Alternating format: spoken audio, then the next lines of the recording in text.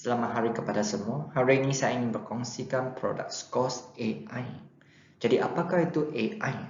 A bermakna anti-inflamasi ataupun anti keradangan. Dan I untuk immunity ataupun immune system.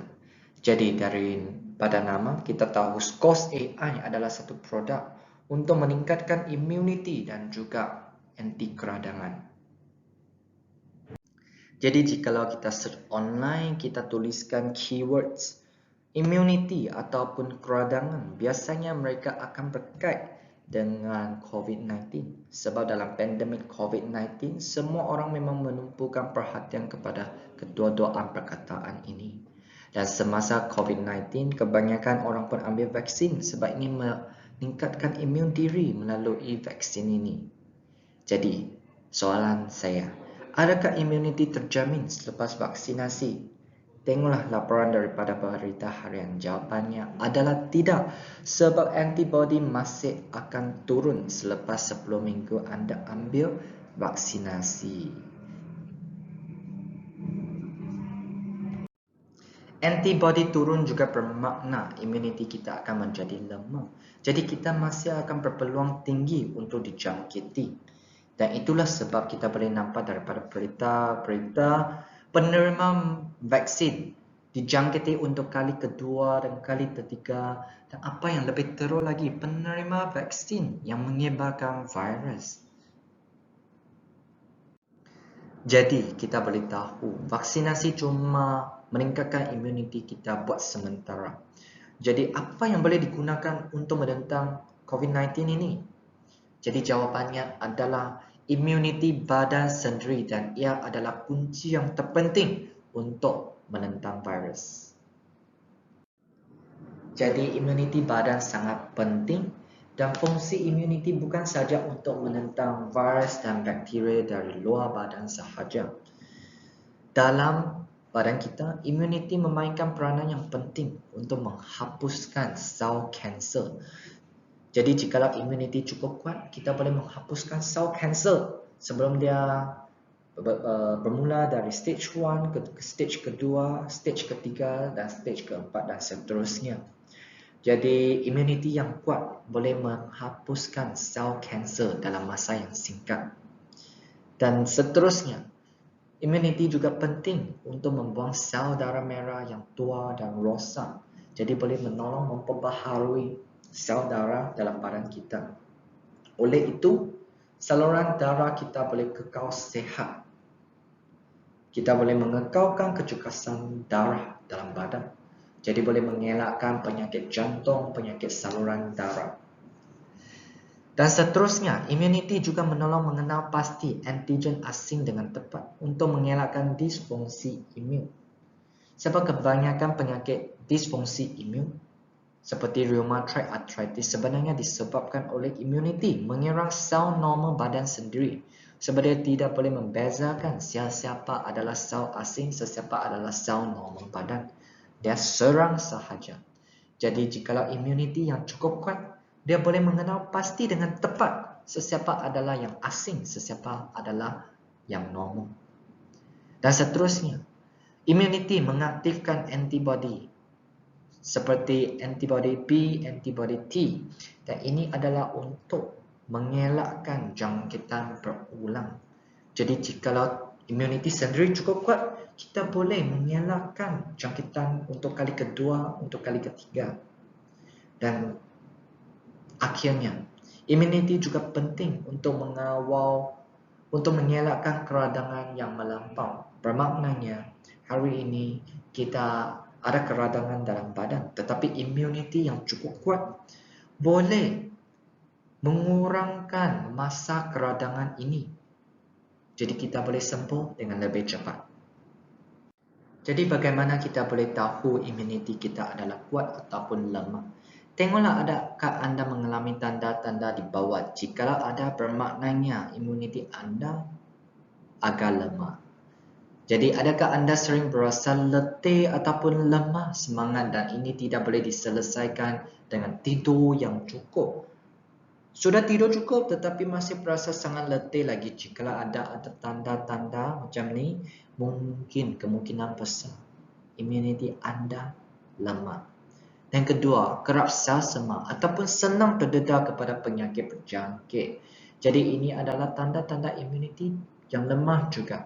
Sebab satu kali selsema setahun bolehlah, tetapi sesetengah orang mereka perlu ambil MC sebab selsema berapa kali setahun. Dan itu adalah tanda imuniti yang lemah. Dan luka, suka nak sembuh sebenarnya juga disebabkan oleh imuniti yang lemah. Dan seterusnya, mengalami fungsi gastrosus seperti muntah, berak, perut sakit. Sebenarnya ini semua juga tanda imuniti yang lemah.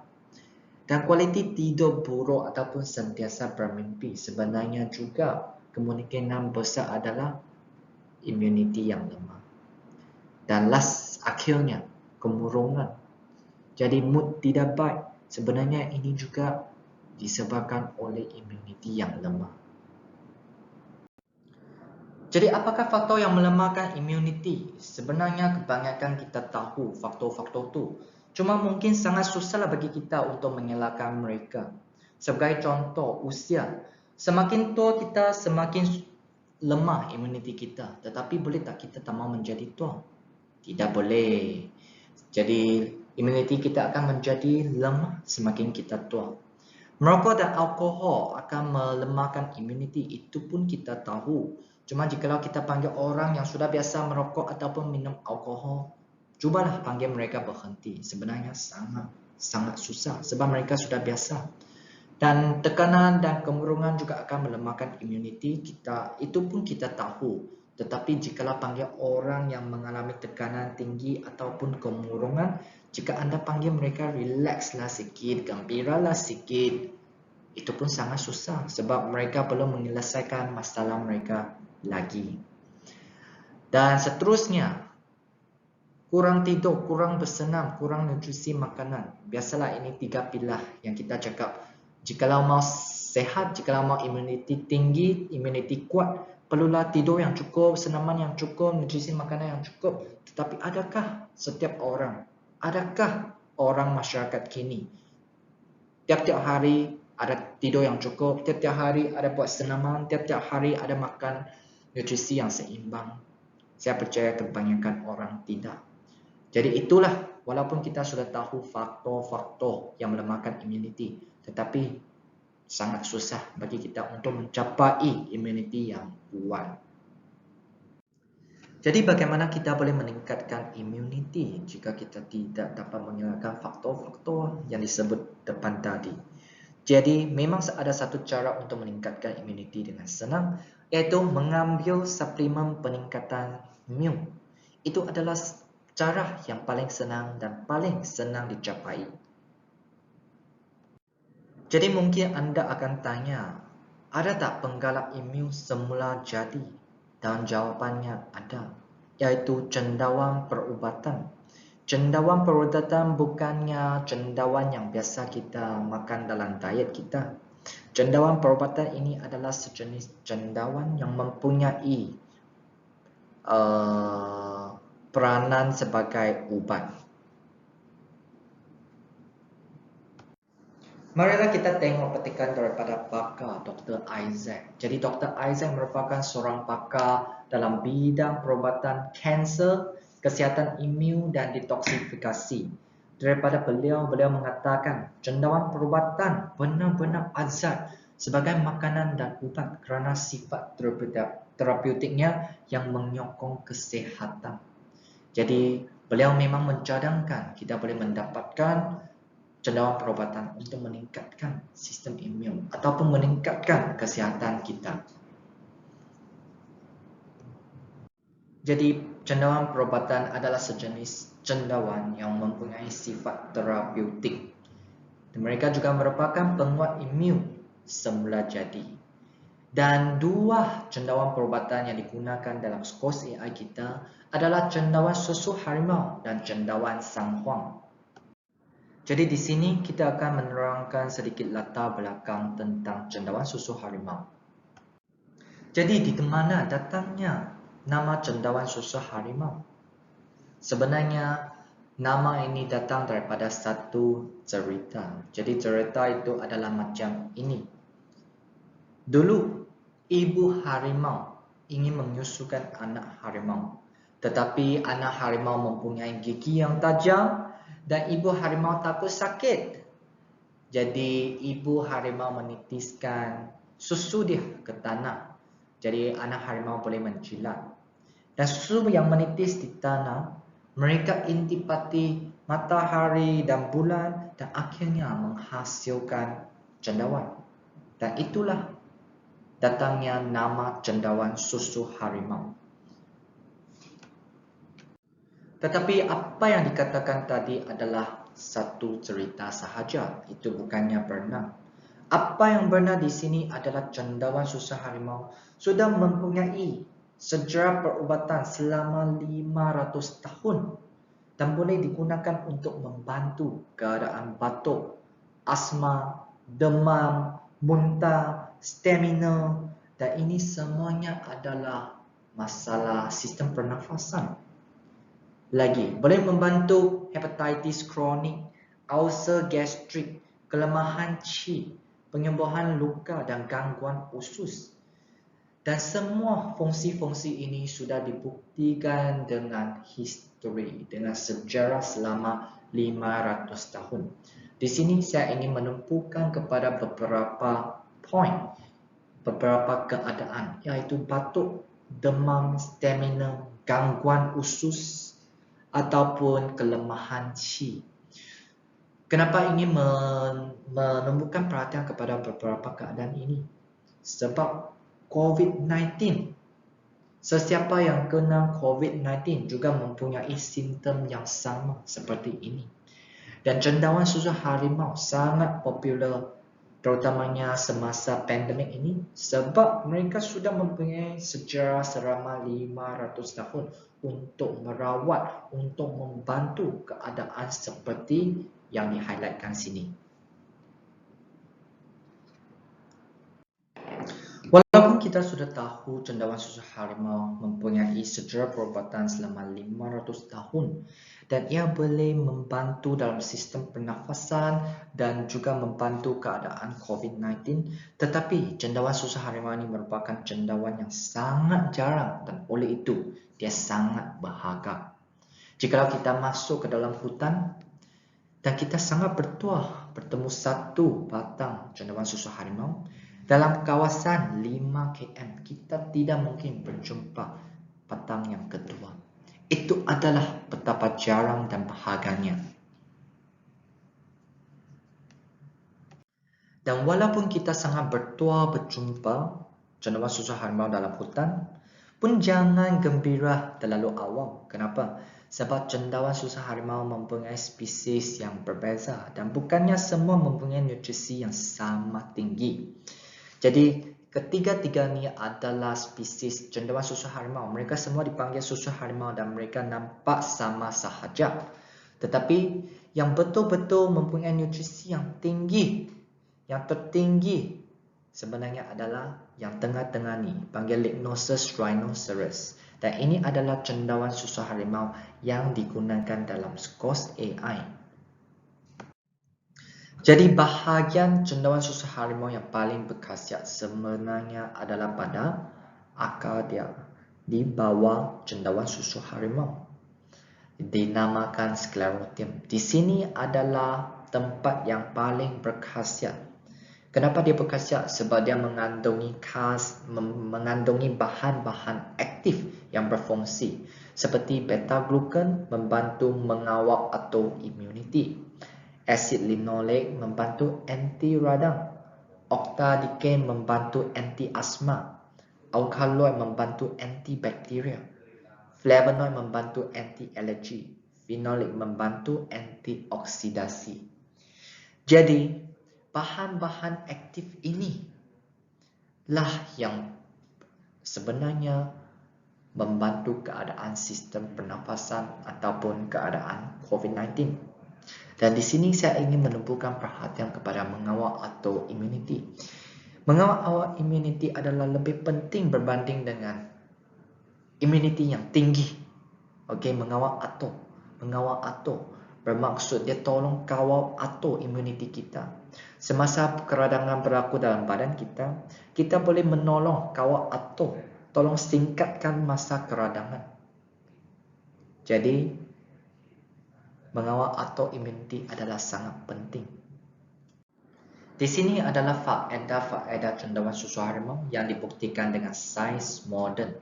Contohnya, dengan mengambil cendawan susu harimau, kita boleh memperbaiki sistem pernafasan kita. Dia menolong memperbaiki kelemahan qi dan darah dan menyelesaikan masalah seperti hidung tersumbat, batuk dan jangkitan saluran pernafasan. Di sini ada beberapa poin ataupun faedah yang patut diberikan perhatian khusus, iaitu cendawan susu harimau boleh menghapuskan virus dengan lebih cepat dan membaiki paru-paru dan melindungi paru-paru kita walaupun sudah diserangi oleh virus COVID-19. Dan ini adalah faedah cendawan susu harimau yang kita perlu menempatkan perhatian, terutamanya semasa pandemik. Seterusnya adalah cendawan Sanhuang. Kita akan menerangkan latar belakang cendawan Sanhuang. Jadi, cendawan susu harimau mempunyai sejarah perubatan selama 500 tahun. Cendawan Sanhuang pula mempunyai sejarah perubatan yang lebih lama lagi, iaitu boleh dikesan kembali ke 2000 tahun yang lalu di China. Jadi, rekod terawal cendawan Sanhuang sebenarnya muncul pada 2000 tahun yang lalu pada dinasti Han. Dia dicatatkan dalam sebuah buku perubatan yang sangat terkenal, panggil Shen Nong's Material Medica, dan buku perubatan ini masih digunakan sebagai rujukan untuk perubatan tradisi Chinese hari ini. Dan dalam buku terkenal itu, cendawan Sanhuang diklasifikasikan mempunyai grade yang tertinggi sekali dan mempunyai fungsi untuk membantu keadaan batuk, asma, dan mempunyai fungsi anti radang. Seterusnya, penggunaan cendawan Sanhuang dalam sejarah perubatan pun tidak pernah putus. Dia dicatatkan dalam 2 buku perubatan yang juga sangat terkenal, masih digunakan sebagai rujukan para masyarakat kini. Dan dalam kedua-dua buku ini, cendawan Sanhuang dicatatkan mempunyai fungsi menambah qi untuk organ dalaman kita supaya badan berasa lebih bertenaga. Walaupun cendawan Sanhuang bermula di China, tetapi sebenarnya dia popular di Jepun. Dan ini ada cerita dia juga. Semasa Perang Dunia Kedua, bom atom dikukuhkan di tempat Jepun yang dinamakan Hiroshima dan Nagasaki. Sebab bom atom ini mempunyai radiasi yang tinggi, oleh itu penduduk di Hiroshima dan Nagasaki mempunyai kadar kanser yang sangat tinggi. Tetapi sesuatu yang hairan berlaku. Penduduk di Pulau Wanita, iaitu satu pulau yang di kawasan radiasi, penduduk tempatan mempunyai kadar kanser yang jauh lebih rendah. Dan saintis-saintis Jepun pun sangat hairan dan mereka pergi membuat penyelidikan. Dan akhirnya mereka berjumpa mengapa penduduk di Pulau Wanita ini mereka mempunyai kadar kanser yang jauh lebih rendah. Sebab penduduk tempatan mereka mengambil cendawan Sanhuang sebagai makanan dan minuman sepanjang masa. Jadi saintis-saintis Jepun pun mulakan penyelidikan mereka dalam kuasa cendawan Sanhuang untuk menentang kanser. Dan hasil penyelidikan ini menunjukkan bahawa cendawan Sanhuang sangat berkesan dalam menghapuskan sel kanser setinggi 96.7%, iaitu hampir 100% sel kanser boleh dihapuskan oleh cendawan Sanhuang. Bukan sahaja Jepun yang membuat penyelidikan tentang kuasa anti-kanser cendawan Sanhuang. Korea mereka pun bermulakan penyelidikan mereka dalam bidang ini. Dan pada tahun 1994, kerajaan Korea sudah meluluskan cendawan Sanhuang sebagai ubat tambahan anti-kanser. Bermaknanya, seseorang pesakit kanser di Korea, mereka akan menggunakan cendawan sanghang ini sebagai rawatan tambahan untuk menambahbaikkan keadaan kanser mereka. Di sini juga ada beberapa laporan yang berkaitan dengan cendawan sanghang dalam menentang kanser. Jadi, cendawan sanghang ini dibuktikan boleh meningkatkan sistem imun kita, meningkatkan immunity kita dan membantu merawat kanser tanpa kesan sampingan. Dan ini adalah laporan yang lain, satu clinical trial yang menunjukkan cendawan sanghang boleh meningkatkan immunity kita dan juga mempunyai fungsi anti-kanser. Dan ini adalah bahan yang berkhasiat pada cendawan sanghang harimau. Bukannya seperti cendawan susu harimau, tempat yang berkhasiat adalah di skleroderm dia. Dalam cendawan sanghang, bahagian yang berkhasiat adalah pada badan buah dia. Dan mengapa dia berkhasiat? Sebab dia mengandungi bahan-bahan aktif yang berikutan. Sebagai contoh, phenylpropanoid mempunyai sifat anti radang yang ketara. Asid fenolik dia sebagai antioksidan terhadap radikal bebas. Triterpenoid membantu dalam anti-tumor dan seterusnya. Di sini adalah faedah cendawan sanghang yang dibuktikan dengan sains moden. Sebagai contoh, cendawan sanghang boleh membantu anti pengoksidaan, boleh membantu anti radang, boleh meningkatkan sistem imun. Di sini ada beberapa poin yang di-highlightkan adalah faedah yang patut diberi perhatian khusus semasa pandemik ini. Contohnya, cendawan sanghang boleh digunakan sebagai terapi sampingan untuk kanser paru-paru ataupun mengurangkan fibrosis paru-paru. Dan ini adalah sangat penting sebab virus COVID-19 mereka menyerang paru-paru kita dan menyebabkan fibrosis ataupun kecederaan luka pada paru-paru. Dan dengan menggunakan cendawan sanghang ini boleh membantu membaiki sel paru-paru dan radang paru-paru yang sudah rosak. Okey, jadi orang yang sudah diserang oleh virus COVID-19 jangan risau.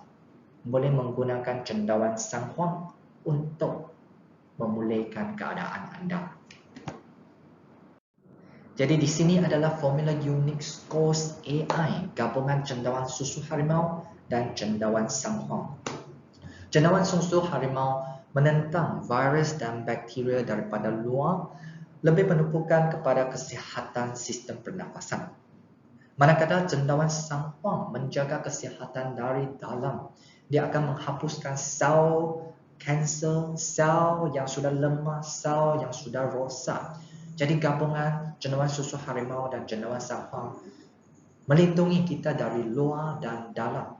Kuasa immunity kita adalah 1 tambah 1 lebih daripada 2. Ini adalah kesan meningkatkan immunity melalui pengambilan scores AI.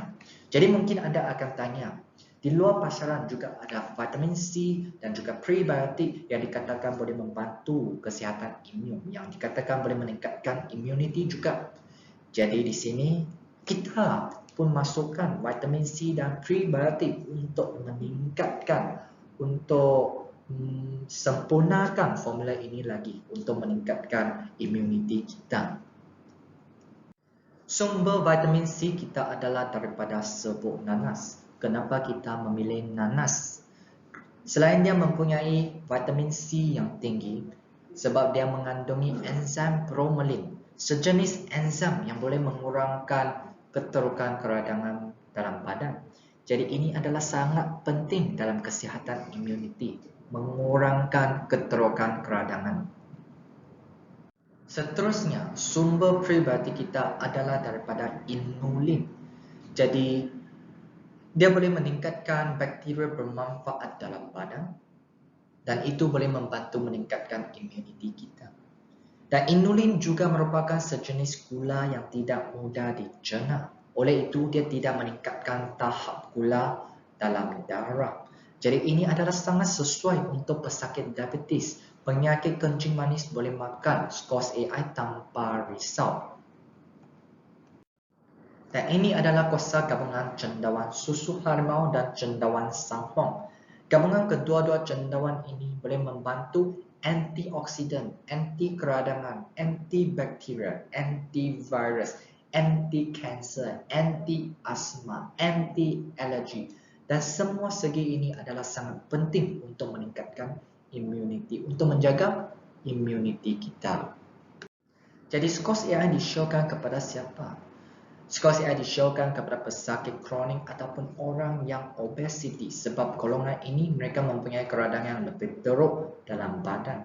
Dan skos AI boleh meringankan keradangan dalam badan mereka. Seterusnya, orang yang lemah imun ataupun sentiasa penat juga disyorkan skos AI sebab pengambilan skos AI boleh membantu meningkatkan imuniti dan menjadikan kita lebih bertenaga. Seterusnya, perokok, batuk, asma. Semua ini berkaitan dengan sistem pernafasan. Jadi, jika nak jaga sistem pernafasan, kita boleh menggunakan skos AI untuk menambah baik keadaan sistem pernafasan kita. Jadi, di sini adalah 5 keunikan skos AI. Yang pertama sekali, skos AI adalah formula unik daripada 2 cendawan perubatan yang sangat berharga. Yang kedua, skos AI adalah penyelidikan intensif oleh bapa cendawan Dr. Tan Chon Sing. Nanti saya akan menerangkan latar belakang Dr. Tan, kita punya bapa cendawan. Dan seterusnya, teknik penanaman berpattern yang menjaminkan nilai nutrien tertinggi. Cendawan sanghuang dan cendawan susu harimau kita ditanam di lab Dr. Tan. Jadi boleh mengelakkan pencemaran daripada udara, pencemaran daripada tanah, pencemaran daripada air dan boleh menjaminkan setiap batch pengeluaran mempunyai nilai nutrien yang tertinggi dan berkualiti dan sama setiap batch. Dan proyek kami juga disokong oleh Human Life Advancement Foundation dan disediakan oleh HACCP, GMP dan Halal. Di sini adalah latar belakang bapa cendawan Dr. Tan Chon Sing. Jadi, nama ini bukan diberikan oleh kita. Nama ini diberikan oleh Kerajaan Malaysia untuk mengiktirafkan pencapaian Dr. Tan. Jadi, kawan-kawan boleh imaginekanlah, saintis yang membuat kajian tentang cendawan banyak. Tetapi cuma seorang saja yang diberikan nama bapa, seperti bapa pembangunan, bapa kemerdekaan, bapa pemodenan, bapa cendawan juga hanya satu sahaja. Dan cendawan kami ditanamkan oleh bapa cendawan yang mempunyai pattern penanaman untuk memastikan setiap batch mempunyai nutrien yang tertinggi tanpa pencemaran. Okey, jadi ini adalah sedikit latar belakang bapa cendawan kita. Ini adalah cara penggunaan skos AI. Ambil satu sachet sebelum sarapan untuk memastikan imuniti kita kuat sebelum kita keluar dari rumah dan memastikan kita terlindung satu hari.